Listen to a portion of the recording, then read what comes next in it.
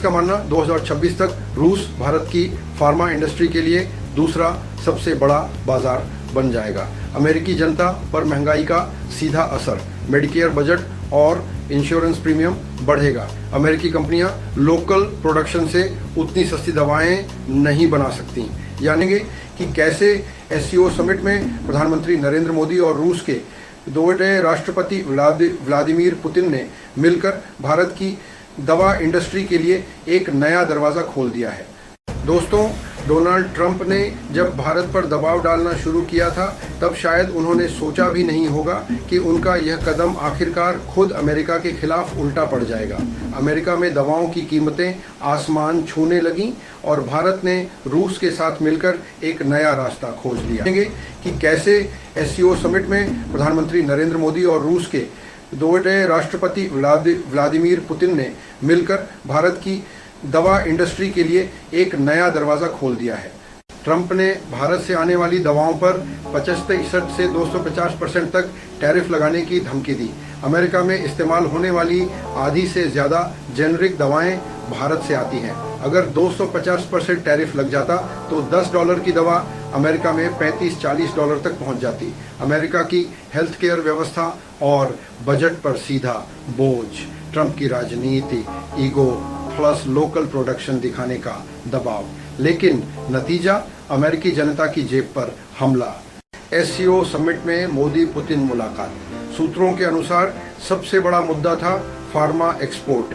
Putin का बयान, रूस का दरवाजा भारत के लिए पूरी तरह खुला है।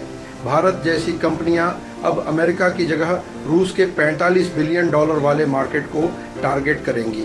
रूस ने साफ कहा, जितना सिस्टम आप अमेरिका में चलाते थे वही रूस में सेट कीजिए, हम तैयार हैं।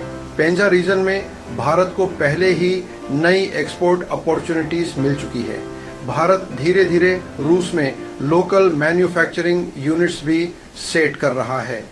चीन आमतौर पर भारत अमेरिका तनाव में चुप रहता है, लेकिन इस बार चीन ने अमेरिका को बुली कहा और भारत का सपोर्ट किया। ग्लोबल साउथ की राजनीति, भारत प्लस रूस प्लस चीन का समीकरण। अमेरिका को संदेश, भारत अकेला नहीं है।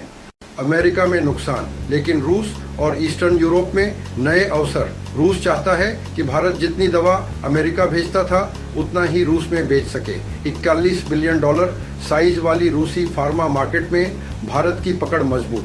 भारत की कंपनियां अमेरिका डिपेंडेंसी से बाहर निकलकर डाइवर्सिफिकेशन कर रही है।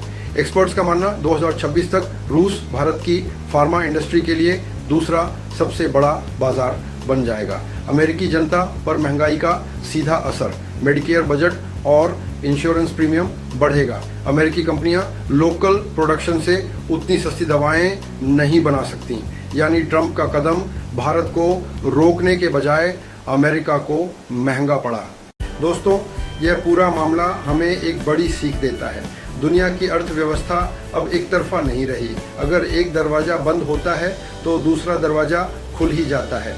ट्रंप के टैरिफ ने भारत को नुकसान पहुंचाने की कोशिश की, लेकिन भारत ने पुतिन के साथ मिलकर एक नया रास्ता निकाल लिया। आने वाले समय में रूस की फार्मा मार्केट भारत के लिए एक गोल्डन अवसर साबित हो सकती है। अब सवाल आपसे, क्या आपको लगता है कि भारत का यह कदम लंबे समय में अमेरिका को झुकने पर मजबूर कर देगा? कमेंट में अपनी राय ज़रूर दीजिए।